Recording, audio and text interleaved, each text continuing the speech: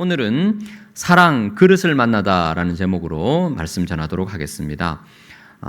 오늘 우리가 읽은 본문에 그릇이라는 단어가 무려 5번이나 반복이 됩니다.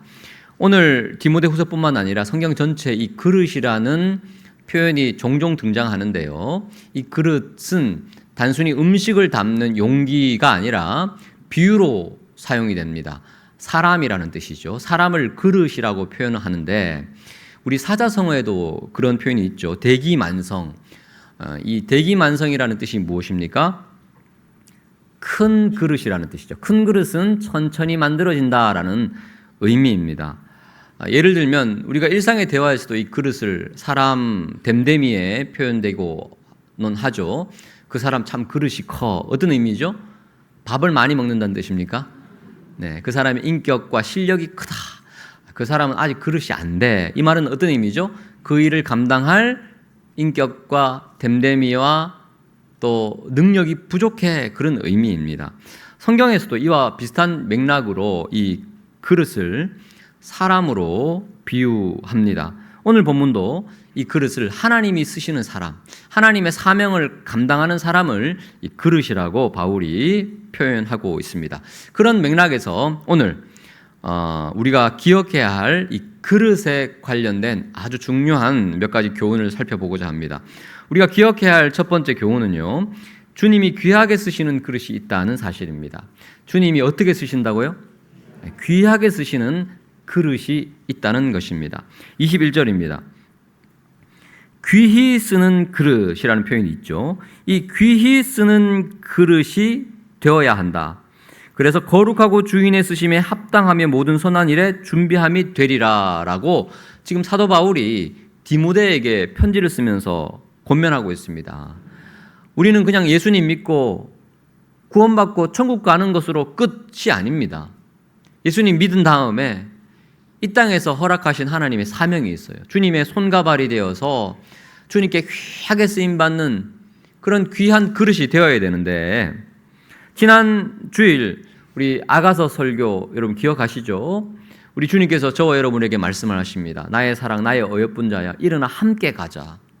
충분히 하나님 혼자서 일하실 수 있지만 하나님은 언제나 사랑하는 자녀들 손 붙잡고 함께 가자.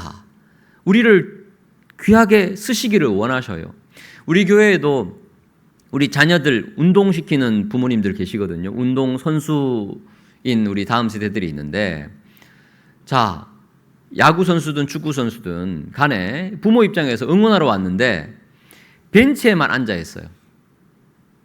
출전 안 하고 그냥 벤치에 후보 선수로만 앉아 있으면 부모님 마음이 타들어갑니다. 똑같은 선수지만 이제 드디어 출전 기회를 얻었어요. 그래서 선발 선수로 탁 출전하면 막 부모님 가슴이 뛰는 거죠. 그게 하나님 마음이라는 거예요. 단순히 우리가 예수님 믿고 구원받고 천국행 티켓 땄다, 여기서 끝나는 게 아니라 이 땅에서 하나님께서 저와 여러분을 통해서 이루고자 하시는 그 일이 있는데, 그 인생이라는 운동장 가운데서 귀하게 쓰임받는 그릇 되기를 우리 주님이 원하신다는 거예요. 자, 그런데 20절에 보시면 이 그릇 가운데 귀하게 쓰는 것도 있고 천하게 쓰는 것도 있다고 되어 있어요. 그릇이 두 종류랍니다. 귀하게 쓰는 그릇이 있고 천하게 쓰는 그릇이 있는데, 여기서 귀하다라는 그리고 천하다라는 헬라어를 원문을 보시면 귀하다는 말은 아주 존경할 만하고 가치 있고 소중한 그런 인생이라는 거죠. 근데 천한 그릇, 천한 인생은 불명예스럽고 수치스럽고 부끄러운 그런 삶을 살아가는 사람이 분명히 있다는 거죠. 다니엘서 12장 3절을 보시면 이 귀하게 쓰는 그릇, 예를 들면 별과 같이 빛나는 많은 사람들을 주님께로 돌아오게끔 만드는 다니엘을 비롯한 수많은 믿음의 사람들이 있죠. 그 사람들은 귀하게 쓰시는 그릇이에요. 근데 반대로 잠언 16장 4절을 보시면 성경에 보면은 곳곳에 악인들이 나옵니다. 야, 저런 인생은 너무 부끄럽다, 수치스럽다. 그런 악인도 하나님께서 지으시고 사용하신다는 거예요. 그러면 결론은 자명합니다. 저와 여러분은 어떤 그릇이 되어야 될까요? 귀한 그릇, 천한 그릇. 당연히 귀한 그릇이죠. 분명히 수많은 인생 가운데 하나님이 사용하시는 귀한 그릇이 있다는 거예요. 많은 바리새인 중에, 복음을 대적했던 바리새인 중에 귀한 그릇 주님이 택하시고 사용하셨어요. 그게 바울입니다. 갈릴리 바다의 수많은 어부들 중에서 귀한 그릇 예수님이 택하셨어요. 베드로와 제자들. 여러분 중에 혹시 그렇게 말씀하신 분이 계실지 몰라요. 목사님, 저는 이미 나이가 너무 많이 들어서 주님께 쓰임받는 그릇, 이건 뭐 청년들이나 하는 기도고 바람이지 저는 아닌 것 같아요. 혹시 말씀하시는 분이 계실지 모르겠어요. 제가 참 좋아하는 성경의 인물이 누가복음 2장에 나오는 시므온과 안나입니다. 시므온과 안나가요 80이 넘었어요. 어떤 학자들은 90이 넘었다 이렇게 추측하기도 합니다. 그분들이 한 거는요, 성전에 나와서 그냥 기도한 것밖에 없어요. 그런데 젊을 때 인생은 기록되어 있지 않고 주님이 부르시기 직전에 80, 90 다 되어서 성전에서 기도를 하시는데 거기에 아기 예수님을 안고 마리아와 요셉이 성전 율례를 따라 오는 거예요. 여기 만났어요. 그리고 아기를 안고 마음껏 기도하고 축복합니다. 그리고 그 부모를 축복합니다. 하나님을 찬양하는 그 장면이 누가복음 2장에 선명하게 기록되어 있어요. 그 다음에 다음 구절이 예수님이 키와 지혜가 정말 건강하게 아름답게 영육간에 강건하게 자랐더라 이런 표현이 있어요. 그러니까 이 안나와 시몬의 사명은 뭡니까? 그 주님이 부르시기 직전 그 노년에 하나님이 허락하신 사명이 있는데 그 사명을 온전하게 쓰임받고 멋지게 귀하게 쓰임받는 그릇으로 주님께 자신의 삶을 올려드렸다는 거예요. 빈부귀천, 남녀노소 불문하고 우리는 주님 부르시는 그날까지 평생 우리는 기도해야 됩니다. 주님, 제가 귀하게 쓰임받는 그릇 되게 하여 주시옵소서. 천하게 쓰임받지 않게 하여 주십시오.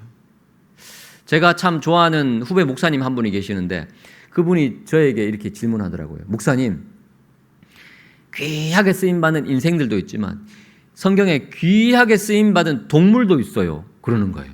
그 동물이 무슨 귀하게 쓰임받냐 물어봤더니 성경에 동물들이 굉장히 많이 나오고 뭐 안 나오는 동물도 이때까지 얼마나 많았겠습니까? 그런데 창세기 1장부터 모든 역사 가운데서 가장 위대하게 쓰임받은 동물이 있다는 거예요. 자기는 뭐 동물로 치면 그런 동물 되고 싶다는 거예요. 그 뭐냐고 물어봤더니 마가복음 11장에 나온대요. 마가복음 11장 2절에 보시면 예수님이 이제 예루살렘 성으로 올라가실 때 맞은편 마을로 가라. 그리로 가면 타보지 않은 나귀 새끼가 매여 있을 거다. 3절. 만일 누가 너희에게 왜 이렇게 하느냐 묻거든 주가 뭐 하겠다고요? 쓰시겠다 하라 하니 그 나귀 새끼를 풀고 예수님 태우고 이제 나귀가 예루살렘 성에 입성하는 거예요. 주가 쓰시겠다 하라. 주님께 쓰임 받은 가장 위대한 동물이 뭐라고요? 이 나귀 새끼라는 거예요. 그 예루살렘에 얼마나 많은 나귀들이 있었겠습니까? 그 중에 딱 하나 주님께 쓰임 받는 왕 중의 왕이신 예수님을 등에 태우고 예루살렘으로 들어가는, 그리고 일주일 후에 예수님이 십자가에 달려 죽으시죠. 그 중요한 기점에 쓰임받은 나귀처럼 그렇게 나도 쓰임받고 싶습니다. 그렇게 얘기하더라고요. 참 감동적이었습니다. 저 안에 사랑하는 성도 여러분, 이 땅에 수많은 인생들이 있고 수많은 교회들이 있습니다. 그 가운데 주님께서 귀하게 쓰시는 인생이 있고 주님이 귀하게 쓰시는 교회가 있어요. 그런 그릇, 그런 교회 되기를 예수 그리스도로 축복합니다. 자, 두 번째 우리가 기억해야 할 사실은요, 주님은 다양한 그릇을 쓰신다는 거예요. 주님은요 다양한 그릇을 쓰십니다. 자, 20절을 보시면 큰 집에는, 여기 큰 집은 하나님 나라를 뜻합니다.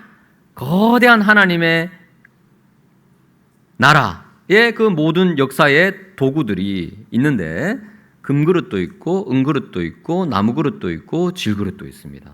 당연하겠죠. 주님은 이런저런 다양한 여러 종류의 그릇들을 그렇게 사용을 하십니다.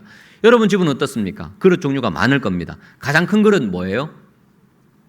쿠쿠 밥솥, 일단 제일 크잖아요. 예.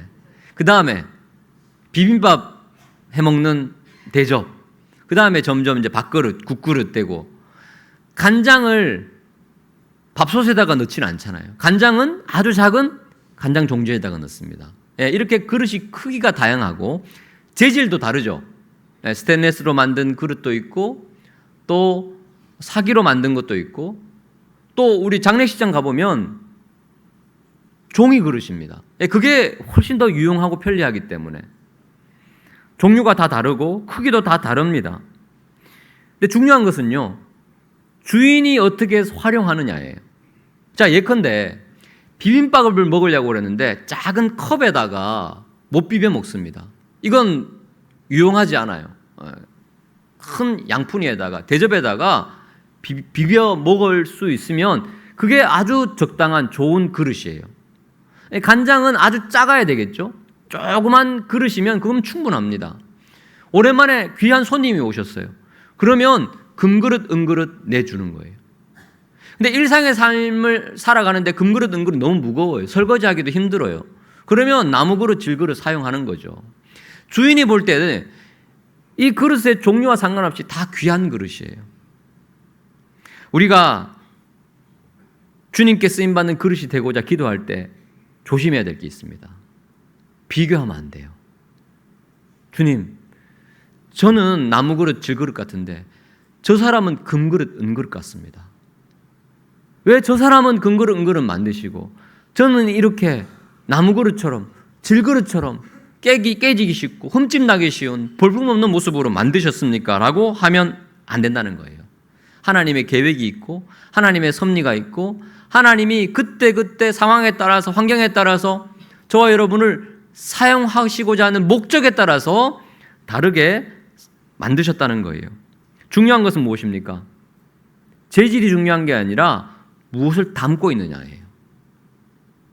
사도 바울이 고백합니다. 고린도후서 4장 7절에서 우리가 이 보배를 질그릇에 가졌으니, 바울은 자신을 질그릇이라고 말해요. 너무 부족한 그릇이다. 하지만 중요한 건 뭡니까? 질그릇 안에 뭐가 담겼어요? 보배가 담겼어요. 이 보배는 그리스도예요. 예수님의 사랑, 예수님의 복음, 예수님의 사명, 그것만 담고 있으면 상관없다는 거예요. 그게 질그릇이든 금그릇이든 그게 중요한 게 아니라 무엇을 담고 있느냐가 훨씬 더 중요합니다. 근데 우리는 자꾸 비교해요. 하나님, 왜 저는 질그릇인가요? 왜 이렇게 볼품없이 지으셨습니까? 근데 왜 저 사람은 금그릇인가요? 왜 저 사람은 은그릇인가요? 보기에도 좋고 귀한 잔치상에 올라가고 너무 멋지고 부러워요. 여러분, 부러워하면 불행해지는 것입니다. 어떤 사람들은 금그릇을 부러워하고 또 금그릇인 사람은 질그릇을 무시하고 하나님 기뻐하시지 않습니다. 요한복음 21장을 보시면 예수님께서 베드로에게 사명을 주시죠. 3번 부인했던 베드로를 3번 사랑하느냐 물으시고 회복하신 다음에 사명을 주시는데 19절 보시니까 예수님이 베드로에게 나를 따르라 말씀하십니다. 내가 너를 사용하겠다. 너는 내가 사용할 그릇이다. 이 말씀입니다. 20절. 이제 베드로가 주님을 따르면 되는데 예수께서 사랑하시는 제자 요한을 봐요. 그리고 베드로가 묻습니다. 예수님, 이 요한은 앞으로 어떻게 되겠습니까? 물어요. 요한은 어떤 그릇이 되겠습니까? 물어요. 그때 예수님께서 이렇게 대답하십니다. 네가 뭘 그렇게 상관하느냐? 요한이 무슨 그릇 되는지 관심하지 마라. 너는 그저 나를 따라라. 내가 너를 사용할 그 목적이 있고 분명한 사명이 있다. 내가 너를 만든 그 그릇의 용도대로 쓰임받으면 된다라고 말씀하세요. 베드로가 요한을 딱 바라보는 순간 비교의식에 빠집니다. 비교할 수밖에 없겠죠. 왜냐하면 베드로, 요한은요 같은 고향 사람에다가 직업도 같죠. 같이 부름받았죠. 그러니까 비교하기 너무 좋은 거예요. 그 예수님이 나를 따르라 해서 따르는데 요한이 궁금한 거예요. 요한은 어떻게 쓰임받을까? 요한이 나보다 더 화려한 금그릇이면 어쩌지? 불안한 거죠. 그때 예수님이 분명히 말씀하십니다. 너는 그저 나를 따라야 된다. 곁눈질 하지 말고 나만 바라봐라 라고 말씀하세요. 주 안에 사랑하는 성도 여러분, 다른 그릇과 비교하지 마시고 하나님이 나를 만드신 그 모습 그대로 주님께 순종함으로 귀하게 쓰임받는 그릇 되시기를 축복합니다. 제가 대학생 시절에 고민이 많았어요. 왜냐하면 제 주변을 이렇게 둘러보니까 저보다 앞서가는 사람이 있는 거예요. 저보다 실력 있고 능력 있는 사람이 너무 많은 거예요. 그래서 제가 하나님께 기도했습니다. 하나님, 왜 저 친구는 저랑 출발선이 다른가요? 먼저 저보다 훨씬 빨리 출발하고 저는 이렇게 뒤늦게 출발하는데 너무 불공평하지 않습니까? 마음이 힘들어요. 그렇게 기도했어요. 근데 하나님께서 저에게 마태복음 25장 말씀을 주시는데 제가 큰 은혜를 받았습니다. 여러분 잘 아시는 말씀이죠. 마태복음 25장 20절에 달란트 비유가 나옵니다. 5달란트 받은 자가 5달란트를 남깁니다. 주님이 칭찬하세요. 21절에 잘하였도다. 착하고 충성된 종아, 네가 작은 일에 충성하였으니 내가 많은 것을 맡기겠다. 칭찬하셨죠. 여기서 끝나면 되는데 두 번째 22절에 2달란트 받은 사람이 나옵니다. 여러분, 이 2달란트 받은 사람이 대단한 사람이에요. 자, 2달란트 받았을 때 누구를 안 봤어요? 5달란트 받은 사람 안 봤어요. 5달란트 받은 사람이 옆에 5달란트 받는 걸 딱 봤으면 주인이 2달란트를 딱 주면 무슨 생각해야 될까요? 주인이 나한테 무슨 불만이 있나? 왜 저 사람은 5달란트 주고 나는 2달란트밖에 안 주지? 라고 생각할 법한데 그렇게 생각하지 않습니다. 바로 가서 장사합니다. 그리고 갑절로 남겨요. 근데 주인이요, 칭찬이 똑같아요. 토시 하나 틀리지 않고 똑같아요. 잘하였도다. 착하고 충성된 종아, 네가 적은 일에 충성하였으니 내가 많은 것을 너에게 맡기겠다. 여러분, 이 2달란트 받은 사람이 저는 대단하다고 생각해요. 비교하지 않습니다. 그저 나에게 주어진 그릇의 용량대로 담겨진 사명을 가지고 최선을 다합니다. 갑절로 남기니까 칭찬을 받아요. 칭찬은 똑같아요. 그러니까 주님이 다 아신다는 거예요. 여러분, 5달란트 받은 사람이 부담스럽겠습니까? 2달란트 받은 사람이 부담스럽겠습니까? 5달란트 받으면 부담스러워요. 이거 또 5달란트는 남겨야 되니까. 마음 편한 사람은 2달란트예요. 주님이 다 아시니까요. 늦게 출발했으면 주님이 아셔요. 빨리 출발했으면 그만큼 빨리 도달해야만 합니다. 금그릇이면 금그릇이 담을 그 막중한 책임이 있어요. 은그릇이면 은그릇의 사명이 있어요. 질그릇이면 질그릇의 사명이 있다니까요. 그러니까 주님이 다 아시니까 얼마나 우리가 마음이 편안한지 몰라요. 우리는 그저 주님, 제가 맡겨진 사명 갑절로만 잘 남기게 해 주십시오 라고 기도하면 주님이 똑같은 칭찬, 똑같은 복으로 채워주실 줄 믿습니다. 마지막 세 번째, 우리가 기억해야 할 사실은요, 주님은 깨끗한 그릇을 귀하게 쓰신다는 사실입니다. 주님은 깨끗한 그릇을 귀하게 쓰신다는 겁니다. 21절을 보시면, 그러므로 누구든지 이런 것에서 자기를 깨끗하게 하면 귀히 쓰는 그릇이 되어 거룩하고 주인의 쓰심에 합당하며 모든 선한 일에 준비함이 된다고 말합니다. 깨끗하게 하면 귀히 쓰는 그릇이 된다는 거예요. 자, 그러면 주님이 안 쓰시는 그릇은 어떤 그릇일까요? 깨끗하지 않은 그릇이에요. 주님이 쓰시는 그릇의 단 한 가지의 조건은 뭡니까? 깨끗하면 됩니다. 깨끗하면. 여러분, 세상의 관점은 재질에 관심이 많아요. 재질을 바꾸기 위해서 엄청나게 애를 씁니다. 모든 시간과 물질과 에너지를 재질 바꾸는데 노력을 해요. 질그릇이면 나무그릇 되기 위해서, 나무그릇이면 은그릇 되기 위해서, 은그릇이면 금그릇 되기 위해서 부단한 노력을 가합니다. 내가 실패하면 우리 자녀에게 그걸 강요해요. 그래야지 귀하게 쓰임받을 수 있어 라고 얘기합니다. 성경은 절대 그렇게 얘기하지 않습니다. 성경은 재질은 바꿀 수 없다고 말해요. 그리고 더구나 주님이 재질에 별 관심이 없으시대요. 주님의 최대 관심사는 어디에 있습니까? 이 그릇이 깨끗한가 깨끗하지 않는가. 여기서 깨끗하다는 헬라어 원어는요, 설거지하다예요. 깨끗이 씻어내다, 더러운 것을 덜어내다, 그 뜻이에요. 그릇은 매일매일 설거지해야 되잖아요. 사용하면 설거지해야 되잖아요. 노력이 필요합니다. 에너지가 필요해요. 우리의 시간과 물질과 에너지와 모든 열정을 어디에 쏟아야 됩니까? 재질 바꾸는 데 사용하는 것이 아니라 어떻게 하면 더 깨끗한 그릇이 되느냐. 이것이 우리의 가장 큰 인생의 목표가 되어야 할 줄 믿습니다. 그러면 주님이 쓰세요. 우리 교회가 주님께 쓰임받는 교회가 되자 어떻게 하면 될까요? 깨끗한 교회가 되어야 되죠. 성도 한 사람 한 사람이 주를 깨끗한 마음으로 부르고 회개하고 기도하고 정결하게 거룩하게 살려고 애를 쓸 때 하나님이 온 땅을 두루 감찰하시고 주님의 시선이 머무는 교회가 되는 겁니다. 사울은 주님께서 사용하시려고, 그릇으로 사용하시려고 딱 택하셨어요. 왕으로 세우셨는데 계속 불순종합니다. 여러분 계속 기회를 주셔도 그 마음에 더러운 것들, 세속적인 것들, 야망들, 욕망들 걸러내지 않고 자기 뜻대로 자기 마음대로 살아요.